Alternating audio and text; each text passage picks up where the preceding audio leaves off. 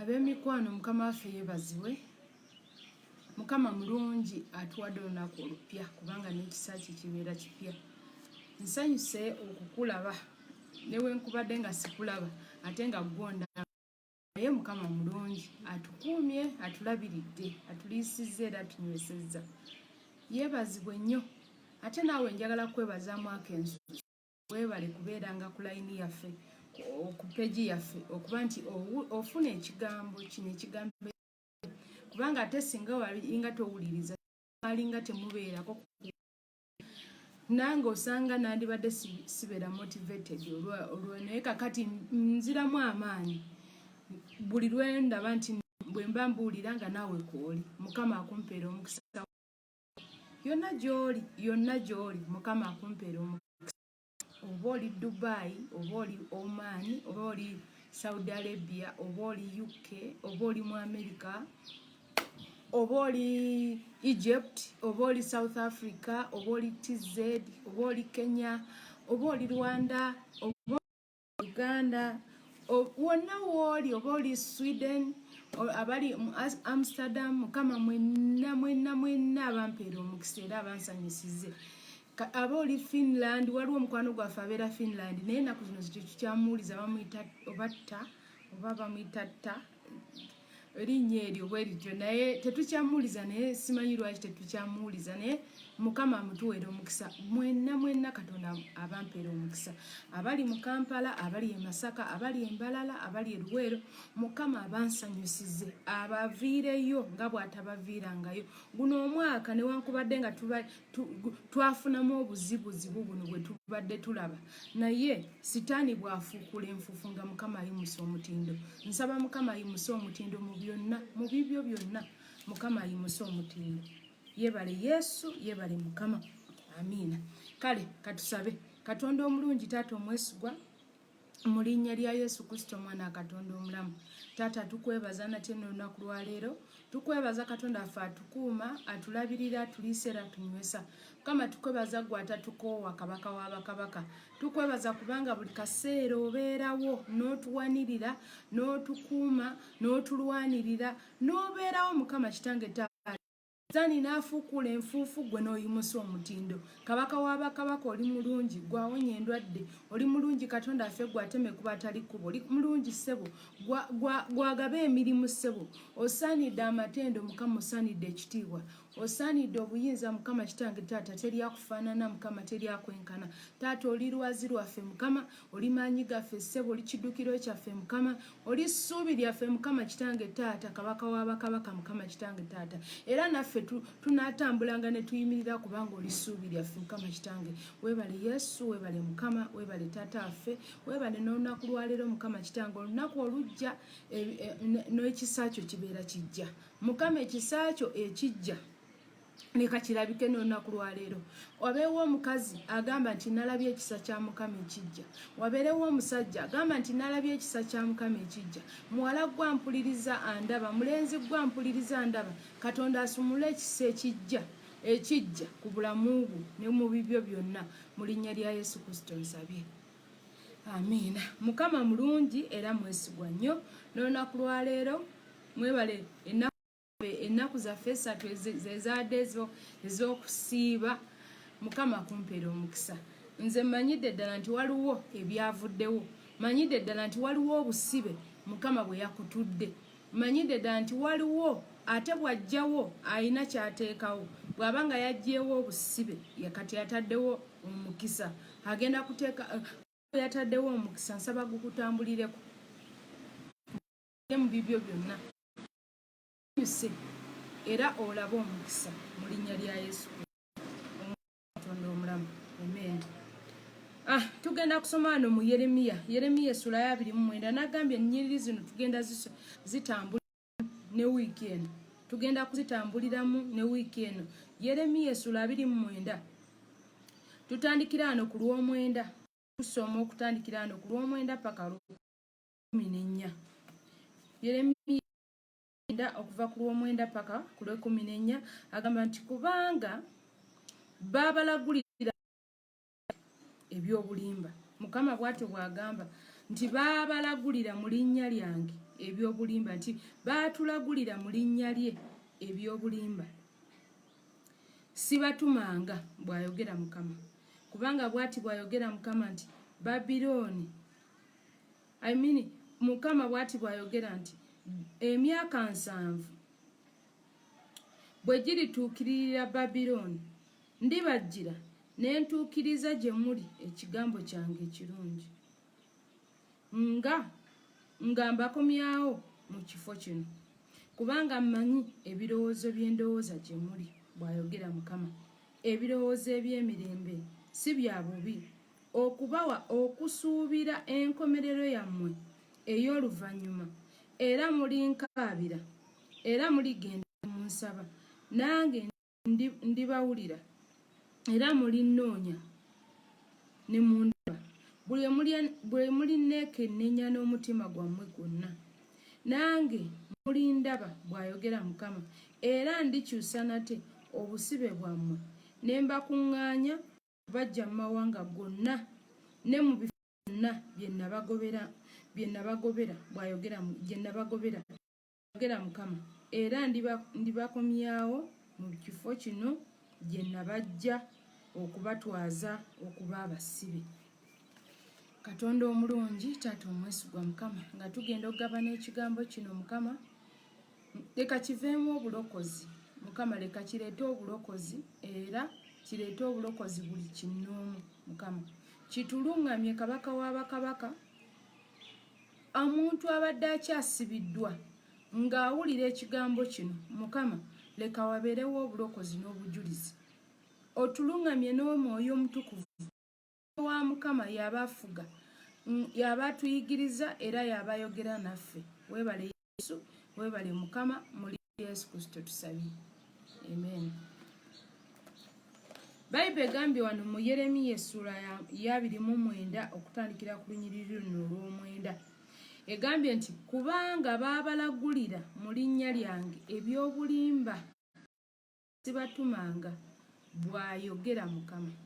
Kubanga bw'ati bw'ayogera Mukama nti emyaka 7 bwe girituukiririra Babilooni, ndibajjira ne ntuukiriza gye muli ekigambo kyange ekirungi, nga mbakomyawo mu kifo kino. Tugenda sooka tukoma awo. Bayibuli egambye nti baatulagulira mu linnya lya Mukama ebyobulimba. Nnyinza okuba nga nnyina omukazi oba omusajja gwe njogera naye nga oba yali step mother wo, oba yali sengawo, oba yali ani, nga yakula ayogera bubi ku bulamu bwo. Okuze empapulo zirina, wamala okusoma naye empapulo zirina, wasaba emirimu, wagisabayo omulundi ogusooka n'okubiri, n'otandika okugamba nti step mother yaŋŋamba nti ne bwe ndisoma sigenda kukola. Ng'ebyo bye baakulagula, kubanga bw'otyo bwe wakula nga bakulagula, naye byali bya bulimba. Bayibuli bw'egamba, kubanga Bayibuli egamba nti sibatumanga. Omuntu eyakulagula naye yennyini tamanyi fyuca ye. Kati gwe lwaki okkiriza ebintu by'oyo omuntu nga ne fyuca ye yennyini tamanyi bweri?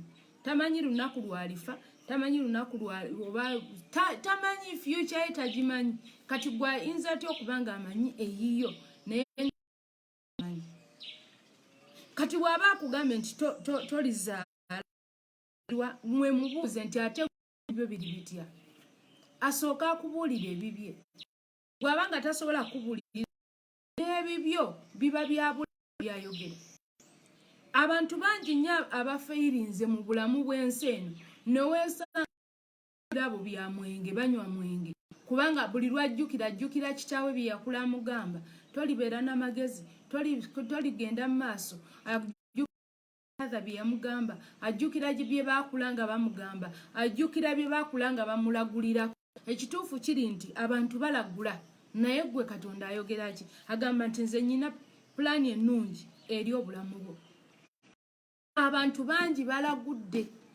Omuntu akusanga ku muzigo tomumanyi, yava Masaka nga gwe wava Luweero, oba wava Masaka nga ye yava Luweero, oba yava yonna gye yava naye n'atandika okwogerako ebigambo.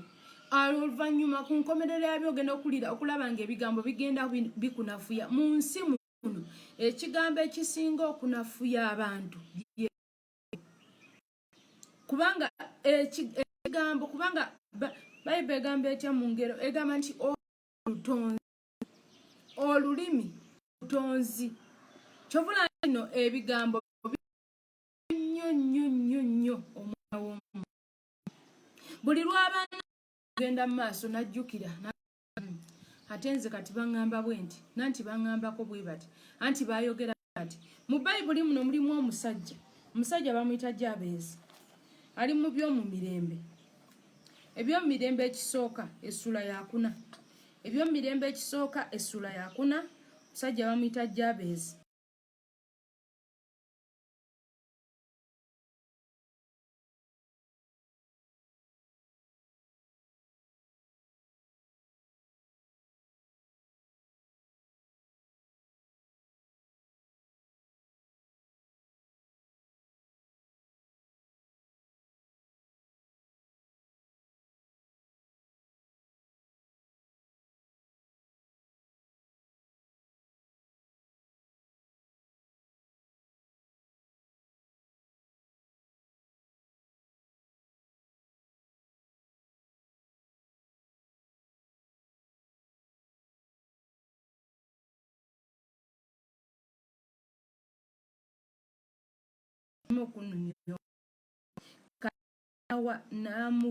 Katonda n'amuwa kye yasaba. Tusomye mu mirembe ekisooka essula ey'okuna okuva ku lunyiriri olw'omwenda n'olw'ekkumi. Tusomye olunyiriri olw'omwenda n'olw'ekkumi. Naye nga mulimu omusajja bamuyita Jabezi. Naye Jabezi nga tannaba kuba na kitiibwa okukira baganda be. Ekituufu kiri nti Jabezi yali teyazaalibwa yekka. Yali yazaalibwa ne baganda be. Naye mu baana bonna nnyina be yazaala kyewuunyisa nti Jabezi maama we bwe yatuuma Jabezi erinnya eriyitibwa Buyinike. Kwegamba nga kubanga namuzaala lwa Buyinike. Kwegamba olw'okuba yamuzaala lwa Buyinike ekitegeeza tagenda kulaba mukisa. Jabezi n'atandika okukula. Bwe yakula ng'alaba buli kyakola tekigenda mu maaso. Buli kyakola kifa. Buli kyakola kifa. Buli kyakola atambulira mu loosi. N'akyuka n'agamba naye nedda. Waliwo ebigambo bye banjogerako. N'akyukira Katonda. Teyagenda wa maama. Kubanga maama yayogera naye ebyo bye yayogera byali bya bulimba. Basebo ne banyabo mu nsi muno okujjako nga Katonda yayogedde ne baba nga bakebedde ne bagamba nti endwadde terina ddagala. Kyukira ekisenge wa Mukama omugambe Mukama ajjukira. Jabezi naye yalinga olaba kabaka Kezekiya gwe twasoma mu kitabo.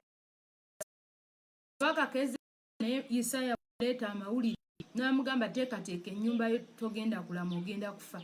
Kabaka Kezekiya n'akyukira ekisenge n'amugamba Mukama ajjukira. Natambuliranga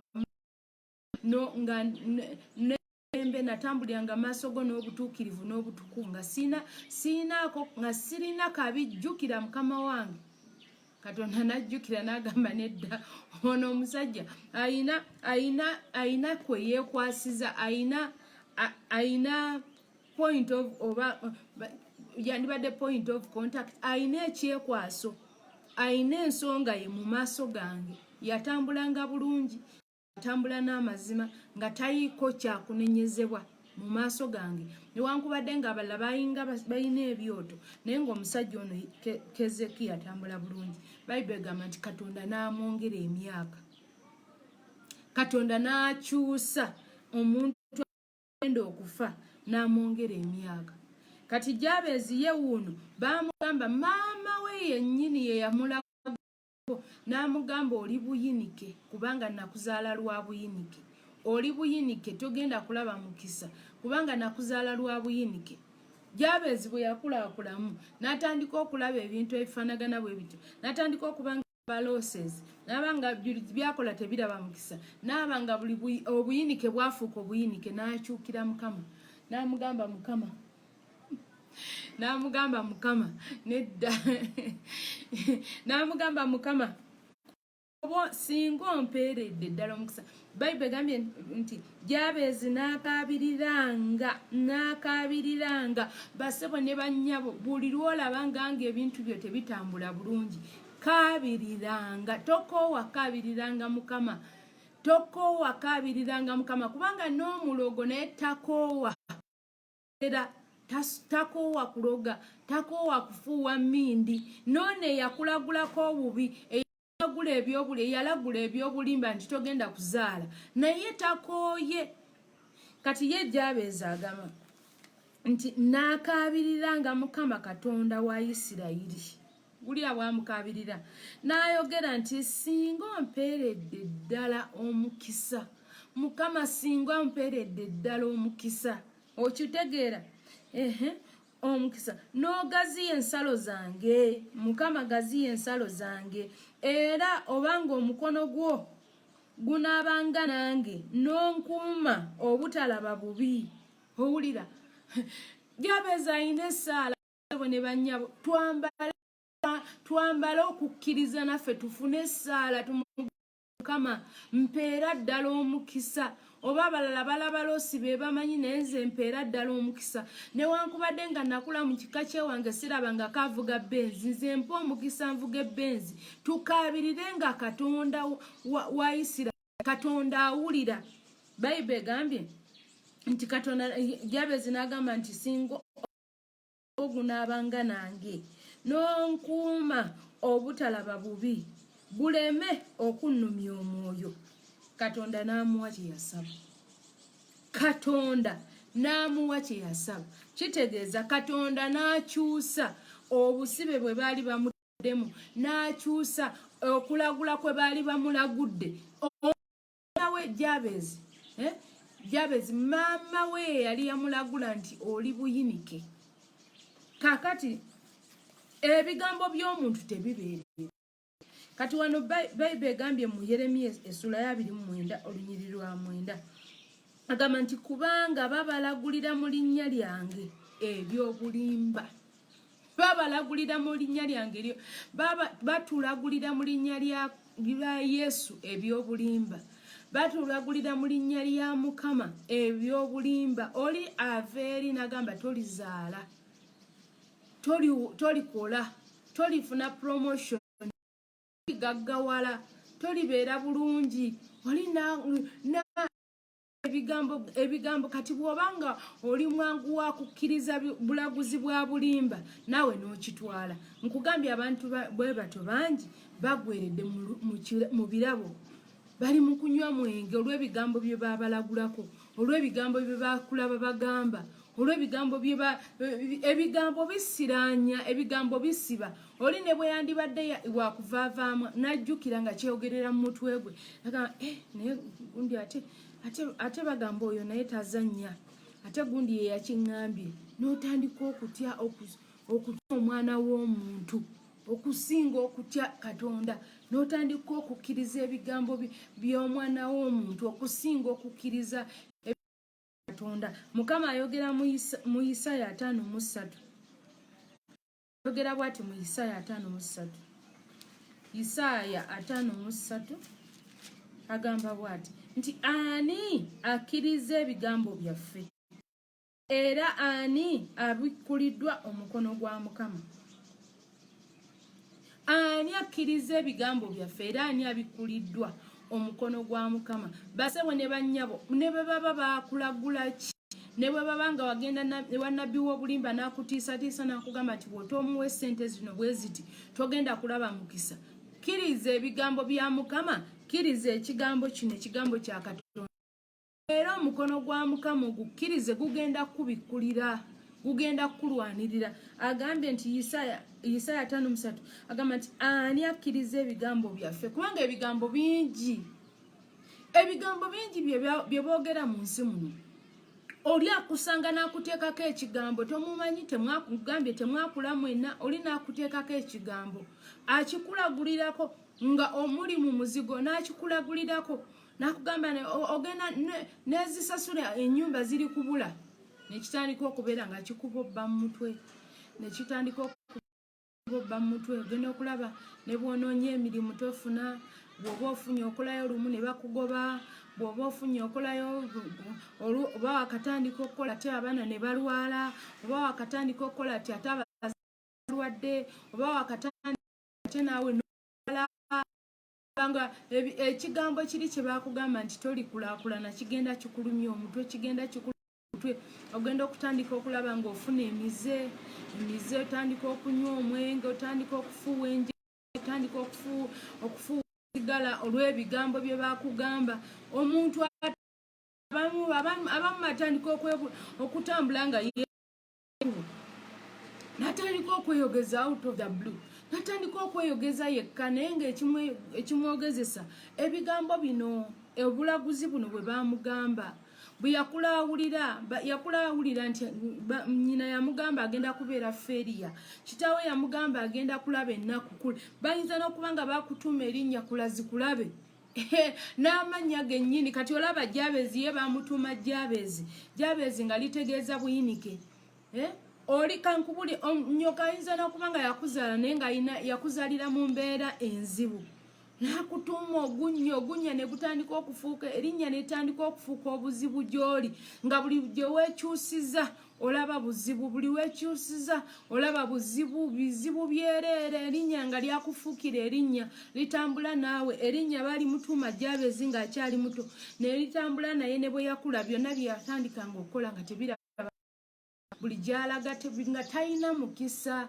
ensalo buli lwakola ensalo zigenda zifunda kapita agenda afunda buli kimu nga talina bukuumi buli kimu endwadde yonna ejja ye mutawaanya looseza naye nga ekigambo kyava eno buto era bwe babanga bakugambako ekigambo kyonna bakulagula bulimba era kyejjengako era kisazengamu tokikkirizanga kubanga Bayibuli egambye nti ani akkiriza ebigambo byaffe era ani abikkuliddwa omukono gwa Mukama ebigambo bya Mukama okkiriza bikkirize ekigambo kya Katonda olina kikkiriza bukkiriza bw'ogaana okukkiriza ekigambo kya Katonda ekigambo kya Sitaani kigenda kufuga mu bulamu bw'ogaana okukkiriza ekigambo kya Katonda oba bw'ogaana okukkiriza omukono gwa Katonda omukono gw'omubi gugenda kufuga mu bulamu bwo ani akkiriza ebigambo byaffe Mukama bw'ati bw'ayogera Bayibuli eyogera nti ani abikkuliddwa omukono gwa Mukama kati gwe mwana wa Katonda eyakkiriza ekigambo kya Katonda eyakkiriza obulokozi eyakkiriza omukono gwa Mukama okubanga gwe gukubikkuliddwa ate totyanga ddogo lya mulabe totyanga ddogo lya mulabe totyanga ddogo lya mulabe oyo omwana bamuyita Victoria Tanya Victoria nasomera comments ze n'agamba nti waliwo omukazi nga mu Haiti naye nga ogo nnyo ngera buli kaseera aleeta ebyobulogo Victoria nayimirira kundoga n'ebintu byo tebigenda kukola ki tebigenda kunkwata wabula ogenda kubonyaabonya famire yo ogenda kwebonyabonye ne famire yo n'abazzukulu bo naye ennaku ezo nakyogerako n'agamba nti yeebaza Mukama kubanga waayitawo weeks 2 omuhaiti ne bamugoba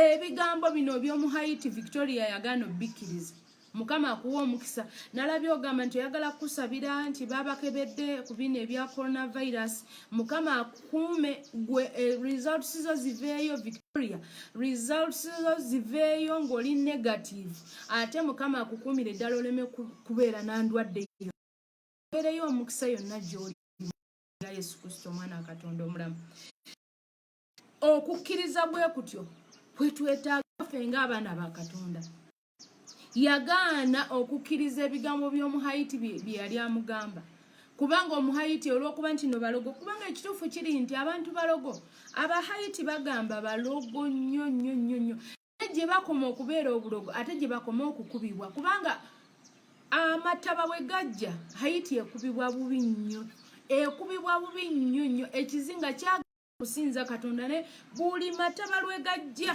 bakubwa buli mataba lwe gajja bakubwa ate bakubwa bubi nnyo naye ne kakati ate babikkulirwanga bikulirwanga kigambo kya Katonda ate tebabikulirwanga mukono gwa Mukama. Kati gwe mukwano gwange ampuliriza oba ndaba oyina omukisa kubanga obikuliddwa ekigambo kya Katonda. Kyangu nnyo omuntu omugamba ekigambo kimu n'aserera n'agwa eri n'azirika. Naye bw'oba ng'obikuliddwa ekigambo kya Katonda engeri ekigambo kya Katonda kiri munda mu ggwe oli ne bw'anajja n'akugamba ebigambo mutwalo ne bw'anajja n'aba ng'akutiisatiisa togenda kutiisibwatiisibwa kubanga oliko ekigambo kya Katonda kubanga wabikulirwa ekigambo kya Katonda kubanga wabikulirwa omukono gwa Mukama. Abuuza nti ani akkiriza ebigambo byaffe? Ani akkiriza ani abikuliddwa omukono gwa Mukama? Kati tuddeyo wano mu Yeremiya bwe tutuuka mu ssuula eno eya 29 olunyiriri n'olw'ekumi egamba nti kubanga bw'ati bw'ayogera Mukama nti emyaka 7 bwe girituukiririra Babilooni ndibajja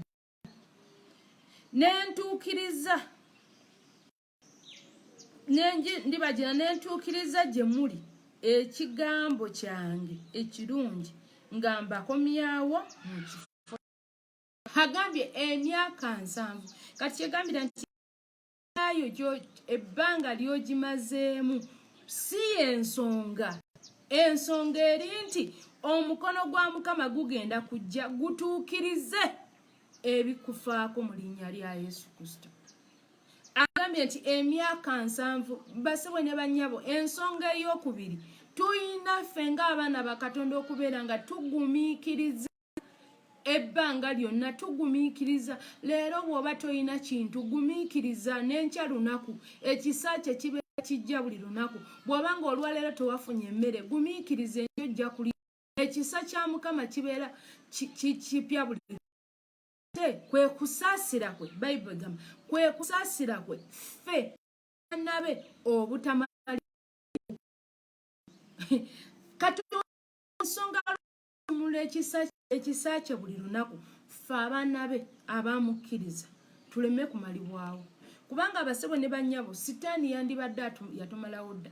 Dawudi yazirise singa sakkiriza kulaba bulungi bwa Mukama mu nsi eno ey'abalamu kubanga ebintu by'ensi eno bizirisa. Ebigambo by'ensi bizirisa. Nkugambye ebigambo by'ensi omuntu asobola okugamba ekigambo n'ozirika. Kati Dawudi kyova olanga agamba nti nandizirise singa sakkiriza kulaba bulungi Mukama mu nsi eno ey'abalamu. Singa Dawudi yali atunuulira Sawulo yali mubi, Sawulo yali ayina eggye, Sawulo yali ayina abalwanyi ab'amaanyi. Hayiti ya Sawulo Dawudi yali tasobola nagyegerezaamu. Bayibuli singa Dawudi yali atunuulidde ebyo yandizise.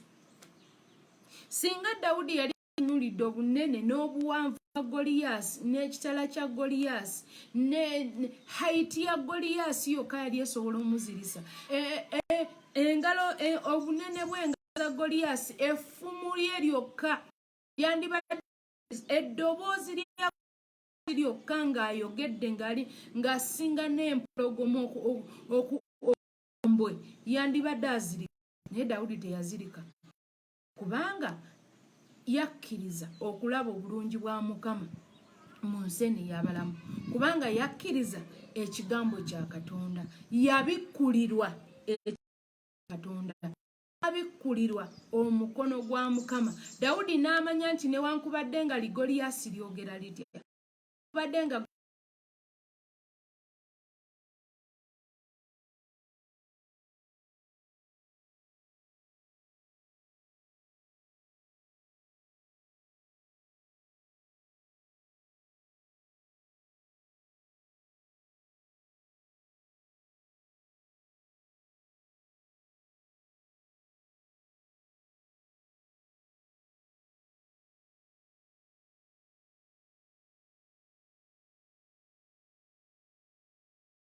n'okukkiriza. Bayibuli egamba nti Yesu yagamba abayigirizwa be nti mube n'okukkiriza nga kulinga akaweke ka kalidaali. Akaweke ka kalidaali nga bw'omanyi akaweke ka kalo.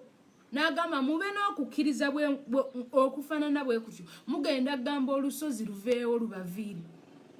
Daudi yalina okukkiriza nti Goliath ne bw'aba munene nnyo ne bw'aba muwanvu nnyo ne bw'aba ng'alina ekifu mu kitya yalina okukkiriza munda mu ye. Yali yabikkulirwa dde ekigambo kya Katonda, yali yabikkulirwa dde omukono gwa Mukama nti agenda kuwangula. Bassebo ne bannyabo, yambala okukkiriza nti bye baakulamu amaanyi nti bino bye baakulagula bya bulimba ogenda kuba bino bye baakulagula bye baakusanga ku mizigo ne bagamba tolizimba ogenda kuzimba, bye baakugamba nti tolifumbirwa ogenda kufumbirwa, muwala gwe ogenda kuyita mu lukuubo ng'okumba, ogenda kuyita mulenzi gwe ogenda kuwasa, Katonda agenda kuviirayo kubanga abaakulagula Katonda si ye yabatuma.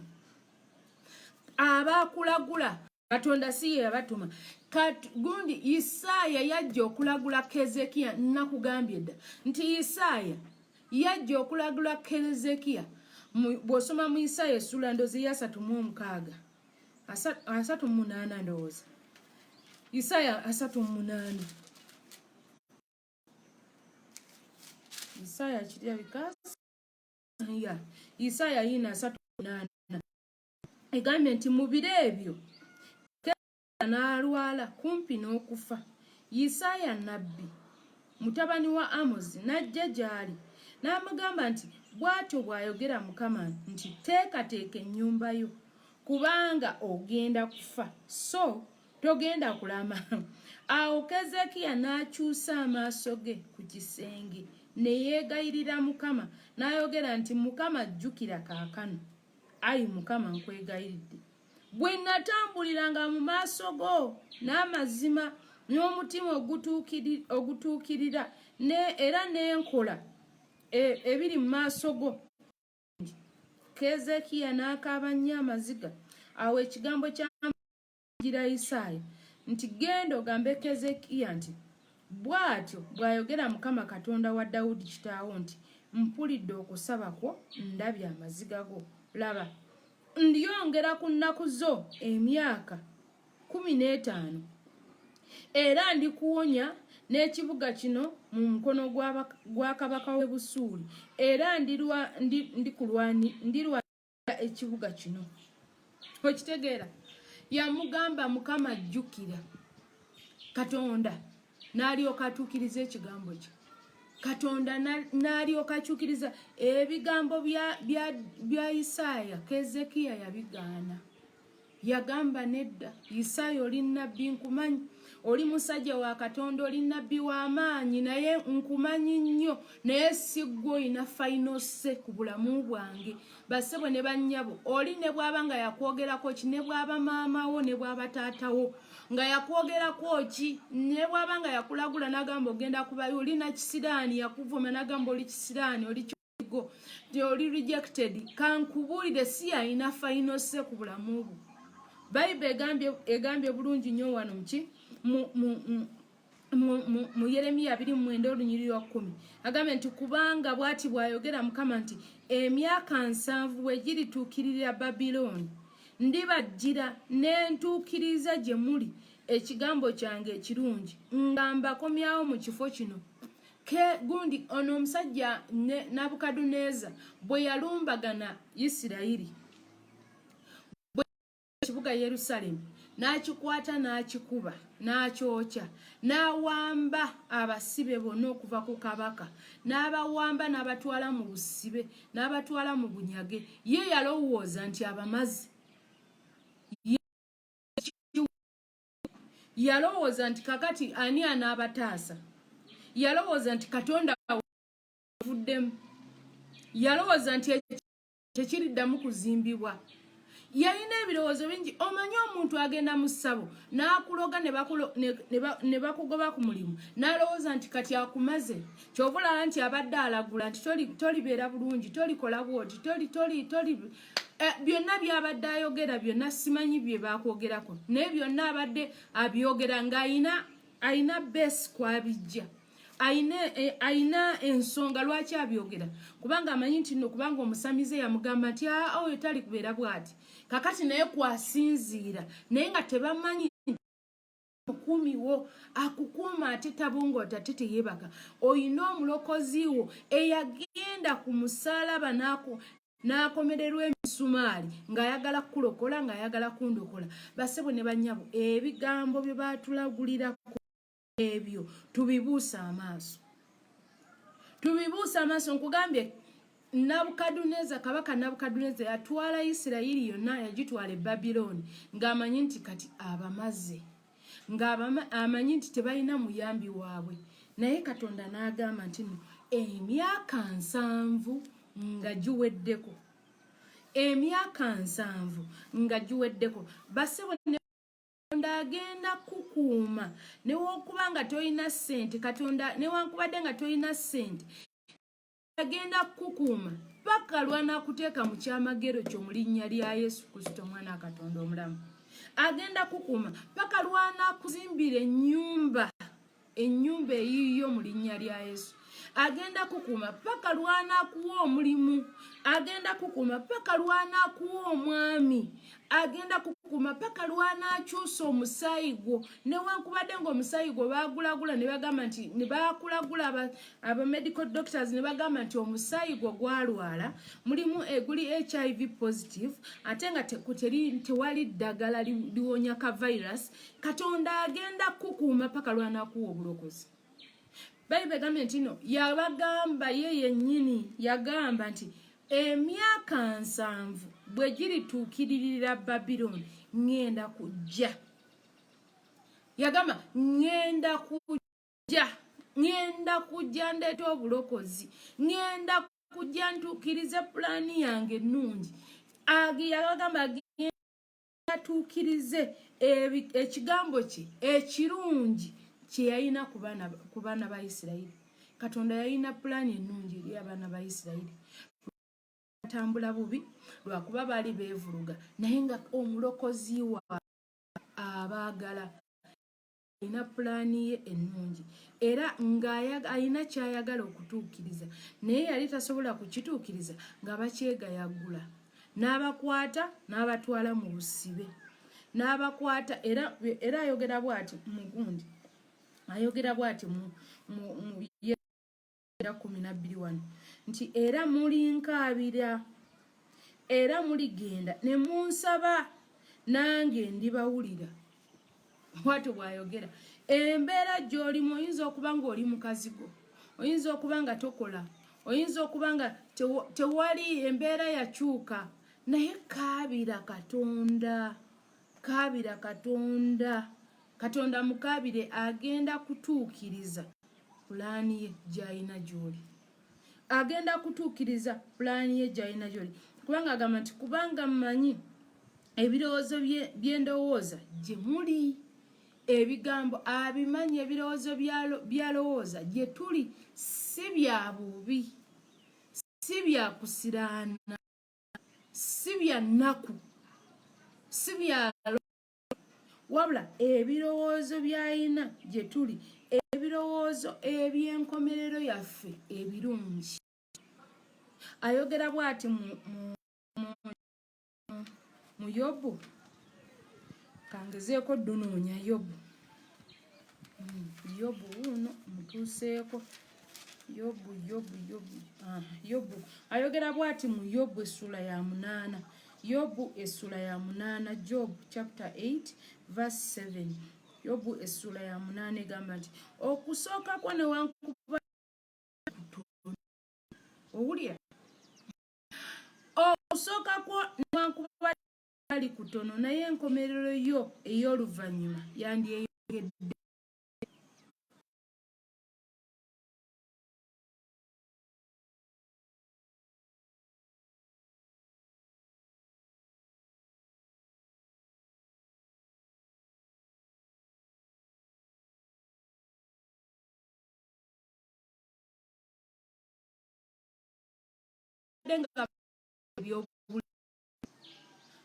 Abaakusooka bagambo nga bya bulimba. omuntu yenna eyayingira mu bulamu bwo oyinza n'okuba nga yayingira mu bulamu yali ebigambo byaba omuntu eyakwogerera ebigambo wali mu relationship with someone bwe mwakyankalana n'akulagulako ebigambo eby'obulimba tolifuna akwagala tolifuna musajja tolifuna akufumbirwa newankubadde nga okusooka kwali bwekyo naye enkomerero ennungi egenda kuba nnungi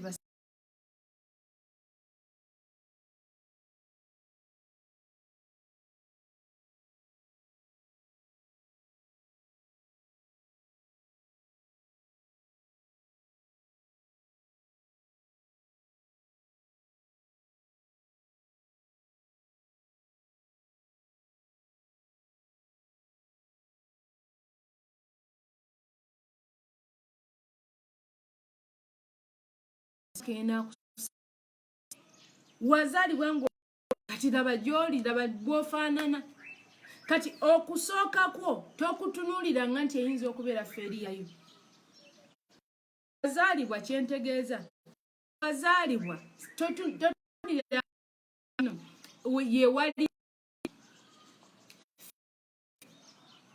totunuulira emirimu n'olowooza nti kati future yo bwetyo abantu bonna abagagga abali mu kibuga kuba kati nja kugereza mu bagagga b'omu kibuga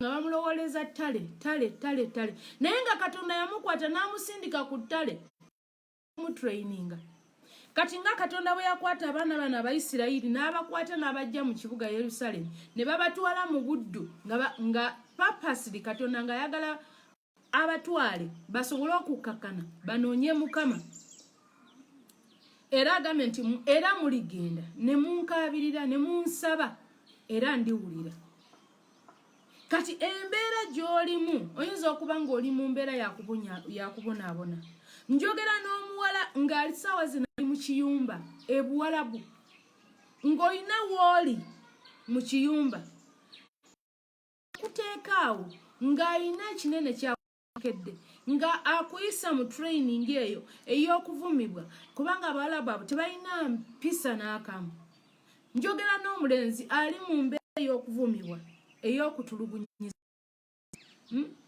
nga kugambya Abawalabu tebalina mpisa n'akamu bavuma bakola buli kimu balina empisa embi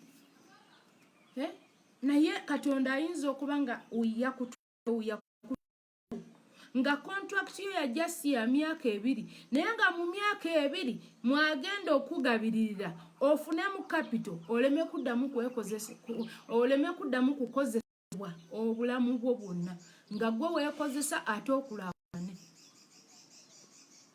okulaakulane olaba omukisa Katonda ayinza okuba nga yakutwala awo ng'alina ensonga Bayibuli egamba nti Katonda yagamba Bayibuli egamba nti Mordecai yagamba namugamba omanyi ki omanyi kinti Katonda akutadde wano mu biseera biri mu kiseera kino nga gwogenda okutaasa Isirayiri. Basebo ne banyabo abantu abagenda okubeera abanene ensi tesobola bategeera. Yesu yazaalibwa Yesu yazaalibwa mu kiralo ekyente naye nga ekiralo kyente mu busa naye nga ye mulokozi we. Okusooka kwa newankubadde nga enkomerero yo egenda kubeera great. Katonda agenda kuwa omukisa, agenda kuwayo. Lekera okaaba. Nze manyi nti obadde okaaba. Omulimu kaabya. Wagenda olowooza nti n'ogenda kubonya. Bwe watuuka eri n'otandika kubonyaabona. Watuuka ine tuufu kiri nti ebintu ebirungi byonna bye tulaba. Tebiva mu kaserengeto. Tebiva mu kaserengeto basebo ne bannyabo. Bw'ojja tunuulira site nga bagenda kuzimbawo ennyumba ekizimbe ekirungi. Ogenda n'otunuulirawo waliwo agatiititi, waliwo basimya agatakataka. Naye wayitawo emyezi nga 6-8 mwaka. Kisinzira ku nannyini site eyo gy'abeeranga. Ogenda okulaba ng'ekizimbe kimasamasa. Naye nga mu ntandikwa awantu awo watadde ekizimbe baali basulawo kasasiro alimu ne pampa. Halimu ebikyafu buli kika. Wayitawo ebbanga tono. Ogenda okulaba nga waliwo ekizimbe kiyitirivu nga toyinza nakitegeera nti kyekizimbe. Kati entandikwa Bayibuli kyevudde gamba nti okusooka kwa newankubadde nga kwali kutono. Naye enkomerero yo ey'oluvannyuma yangedde nnyo. Enkomerero yo ey'oluvannyuma egenda kubeera great. Newankubadde nga watwalibwa mu buddu, n'otwalibwa mu busibe, newankubadde nga oli mu kubonaabona, newankubadde ng'olina w'oyita, naye Katonda agambye nti emyaka 7 bwe girijja agenda kutuukiriza ekigambo kye eri Isirayiri. Ebbanga lya Mukama, bannange, God's timing is always the best. Tugumiikirize Katonda agenda tujjayo. Tugumiikirize ebbanga lya Mukama lituukirire. Bwe linaatuukirira togenda kuddamu kulaba buyinike. Yes, gundi ye Yabezi yagabirira Mukama n'amugamba Mukama gaziya ensalo zange. Mukama obuyinike buno bwendaba buleme kunnumya mwoyo. N'agamba Mukama onkuume eri obubi buleme kunnumya mutima. Ompe kisa newankubadde nga baŋŋamba nti ndi buyinike. Bayibuli egambye nti Mukama n'atuukiriza bye yasaba. Ampuliriza mukwano gwange, Katonda agenda kutuukiriza essaala yo. Katonda agenda kuviirayo. Nkusaboddemu amaanyi oguma omwoyo. Katonda affe omukono gwe teguyimpawadde. Omukono gwe teguyimpawadde. Oyinza okuba nga kakapito ko koolaba kakyali katono. Naye ku nkomerero kapito kageja. Omuntu ng'azaaliddwa akula mpola eyali yeebaka ogenda okulaba ng'atuula. Ogenda okulaba nga yeetuuza yekka. Eyali eyeetuuza ogenda okulaba nga yava mu kwavula ate ogenda okulaba ng'ayimirira ku bisenge atambulira ku bisenge. Ogenda okulaba ng'adduka emisinde nga tandika omupiira. Ogenda okulaba nga n'okwogera ayogera. Kati stage ezo zonna tumiikirize tuziyitemu. Eky'omutawaana ekingi ennyo kwe kwagala okubuuka stage. Kubanga buli onooyagala okubuuka stage eyo Katonda gy'ajja okukulekera omulaba kubireyo. Kati gumiikiriza. Okusooka kwe newankubadde nga kutono. Kulana. Kapito newankubadde ng'okyalina katono. Katonda agenda kugaziya. Newankubadde ng'embeera ye okyali wafunda. Katonda agenda kutemera ekkuba.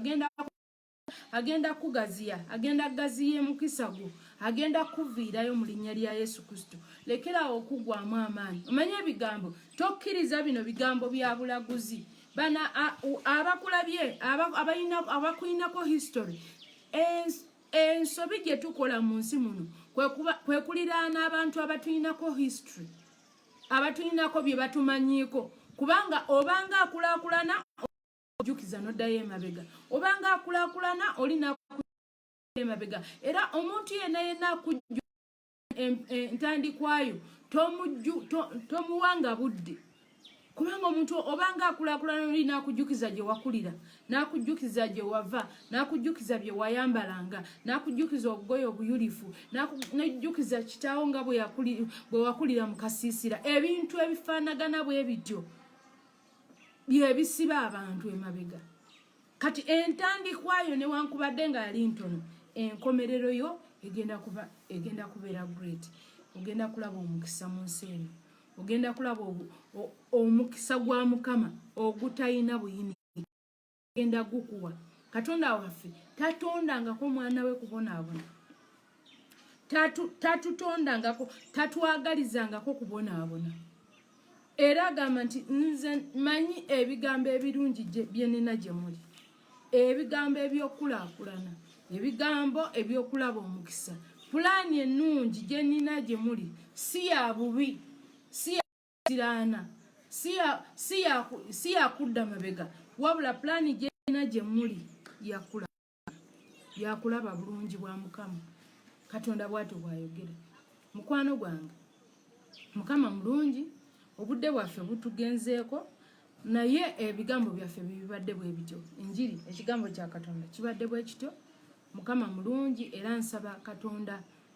ebigambo bino nga bwe mbikugambye obikkirize obitwale mu mutima gwo kubanga Bayibuli egambye mu Isaya 5:3 nti ani akkiriza ebigambo byaffe ani abikuliddwa omukono gwa Mukama tugenda kusaba ebigambo bino binywere mu mutima gwo ate obikulirwe omukono gwa Mukama kubanga omukono gwa Mukama bwe gukubikkulira bwe guti neribadde eddogo nga weeririsaanuka ne lyokebwa omukono gwa Mukama nga gukubikkuliddwa entalo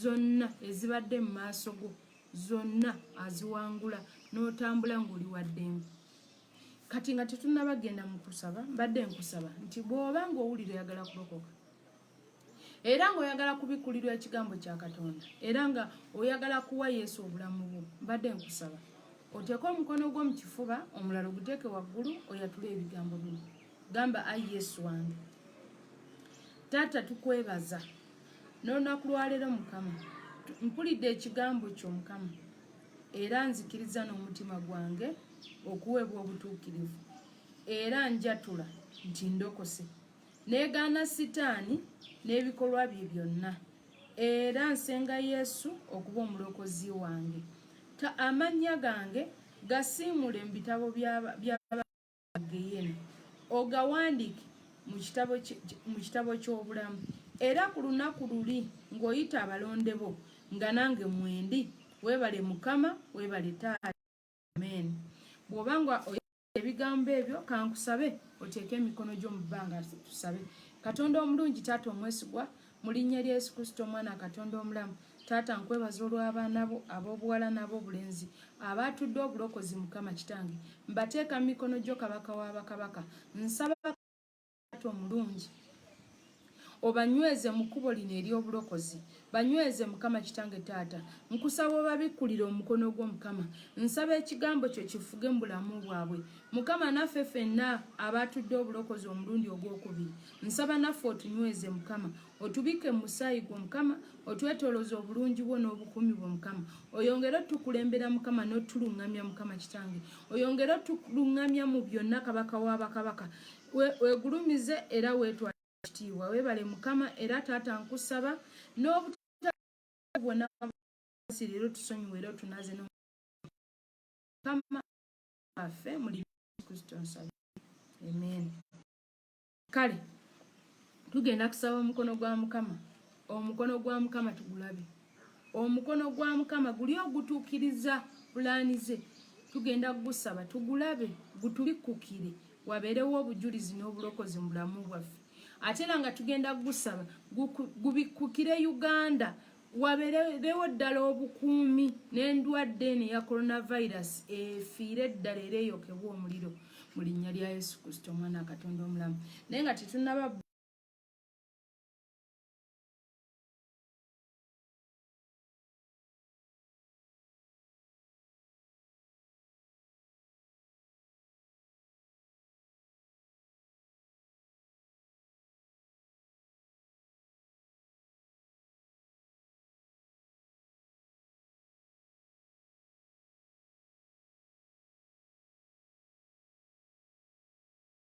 omwana wa Katonda omulamu.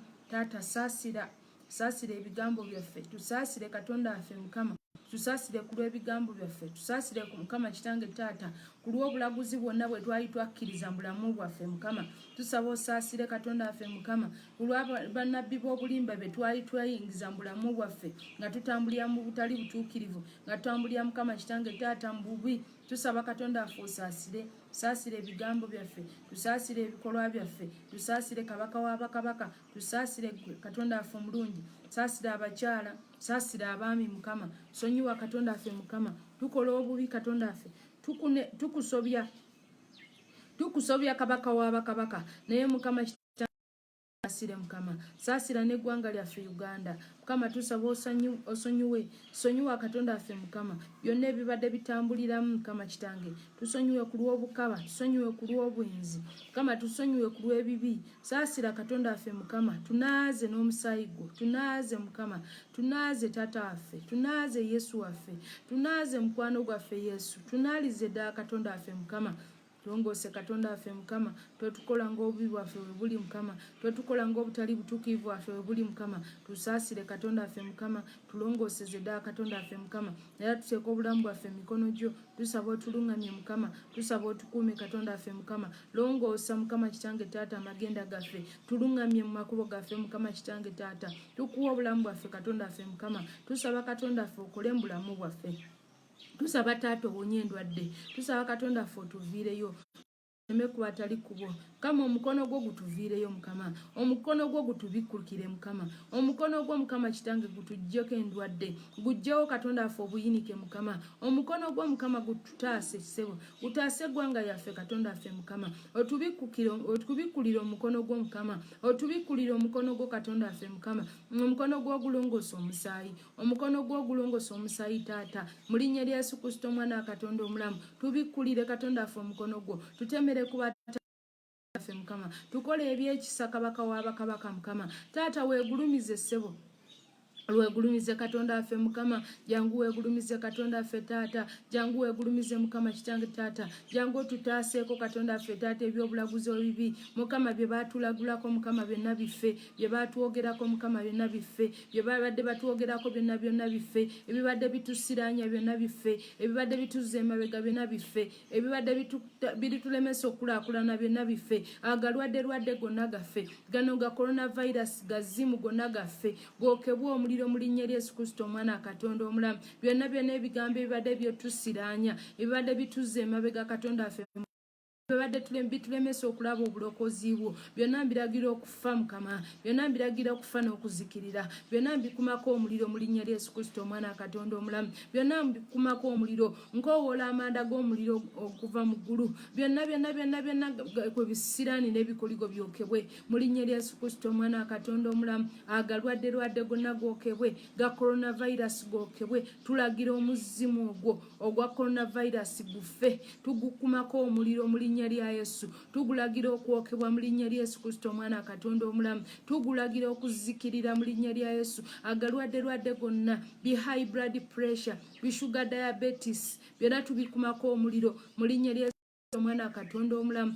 Omuzimu omubi ogw'ekigalanga, ekisota ekikutambula mu lubuto, tukiragira kife mu linnya lya Yesu Kristo omwana wa Katonda omulamu.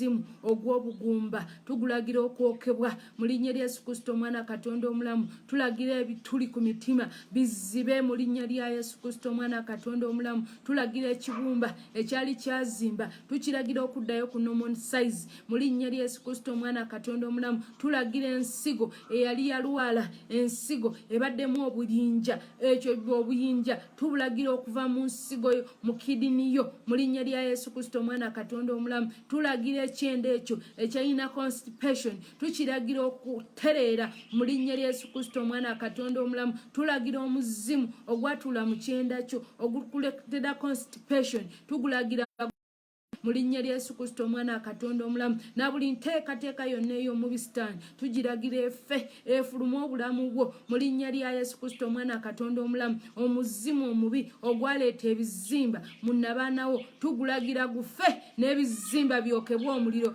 mu linnya lya Yesu Kristo omwana Katonda.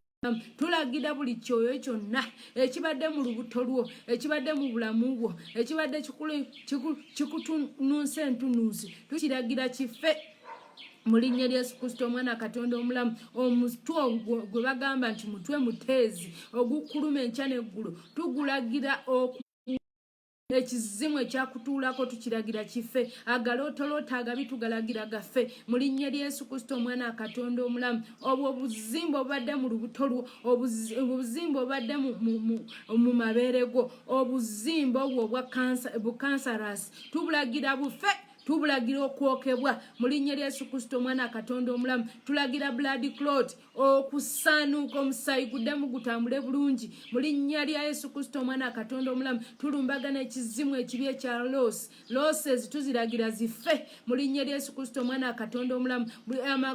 Losses obuyinike byonna tubiragira okwokebwa omuliro. Ebiziba amakubo go, ebikulemesa okulaba omukisa, ebikulemesa omutima, losses ezikulumisa omutima tubiragira bife mu linnya lya Yesu Kristo omwana Katonda omulamu. Tulangirira obulamu, tulangirira omukisa, tulangirira ekisa kya Mukama kibere ku bulamu, kibere ku nyumba yo, kibere ku bakyala, kibere ku baami. Ekisa kya Katonda kibere mu ggwanga lyaffe Uganda, kireete obulokozi, kireete obulamu, kireete essanyu. Muwala gwali ebweru, mulenzi gwali ebweru, ekisa kya Katonda kikubeereko. Katonda akwawule n'endwadde embi, Katonda akwawule n'ababonyaabonyezebwa, we Katonda akubike musaayi gwe, akuwambaze favor, bulijjo otambulira olabe favor mu linnya lya Yesu omwana Katonda omulamu. Katonda yangera okugaziya ensalo zo, Katonda yangera okutemere ku batali kubo, abatambula abali e UK, abatambula abagenda abafumbirwayo, abali mu US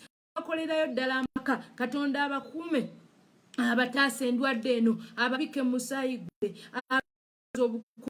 Mukama mukazi gwe oli UK, Mukama akukume n'abaana bo mu linnya lya Yesu Kristo omwana Katonda omulamu. Oli US, Mukama akukume n'abaana bo. Oli Sweden, musajja gwe Mukama akukume ne family yo mu linnya lya Yesu Kristo omwana Katonda omulamu. Yonna gye muli mulabireyo omukisa. Katonda yongera obbagulirawo enzigi, Katonda yongera obbatemere ku batali kubo, Katonda yongera kubaviirayo mu lockdown yeno. Mukama virayo mu linnya lya Yesu. Oli wano mu kibuga Kampala, oli mu kibuga wonna mu Uganda, Katonda akutemere kubo, Katonda akulabisa omukisa, Katonda aleete obulokozi, aleete obugabi.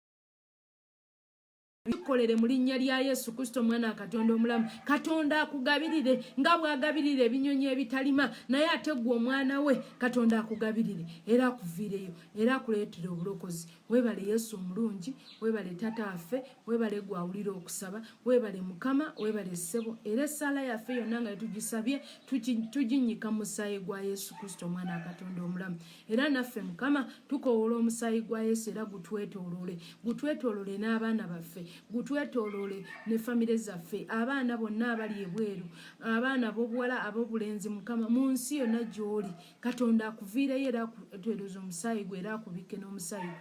Ne wano mu Uganda, ffenna Uganda yaffe tugiteeka mu mikono gya Mukama.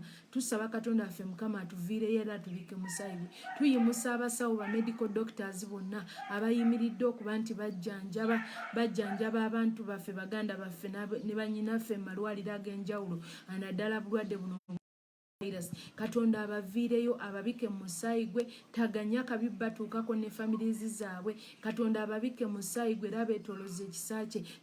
Tuyimusa abantu bonna ababadde nga bya coronavirus nga bali mu malwaliro ag'enjawulo, Entebbe B ne Mulago, bonna tubateeka mikono gyo Mukama, n'amalwaliro amalala yonna gye bali tubateeka mikono gyo nga twongera okusaba Katonda waffe Mukama, nga Mukama kitange taata bali bonna 28 bwe basiibuddwa nga bali bulungi, ne bano abasigaddeyo nayo basiibulwe nga bali bulungi. Era tusaba Katonda waffe Mukama, ne bonna abasiibuddwa bagende nga bali bulungi era nga balamu tebaddangamu okukwatibwa endwadde. Mukama bw'awonya awonyeza ddala, wonyeza ddala kabaka w'abakabaka era oleeta obulamu. Weebale Yesu, weebale Mukama, weebale taata waffe, ekitiibwa n'entendo byonna tubikuddiza mu linnya lya Yesu Kristo omwana wa Katonda omulamu tusabye, amiina. Ekisa kya Mukama waffe Yesu Kristo n'okwagala Katonda n'okusa ekimu kw'Omwoyo Omutukuvu waffe ffenna n'eri abooluganda bonna emirembe egitaggwaawo. Amiina. Mukama mulungi era Mukama mwesigwa. Musigadde bampita Pastor Teddy Nalusa Bujingo nga nva mu Word of Salvation Ministries. Tusisinkanenga lockdown ng'ewedde, tusisinkaneyo mu lunch hour ne mu Sunday service. Lunch hour etandika 6 paka 8, Monday to Friday. Sunday service ebeerayo okuva ku ssaawa 3 paka 7:30. Tukwaniriza night prayer ebeerayo omulundi gumu mu mwezi, Friday sooka mu mwezi. Mukama abatuweera omukisa. Layini zaffe kweziri, bw'oba olina ekyokusabira naddala layini eyo eya Airtel yo ya WhatsApp osindika inboxinga n'osindika kyoyagala tusabire ne tuwogera ne tusaba ffenna. Mukama akumpeera omukisa. Bye.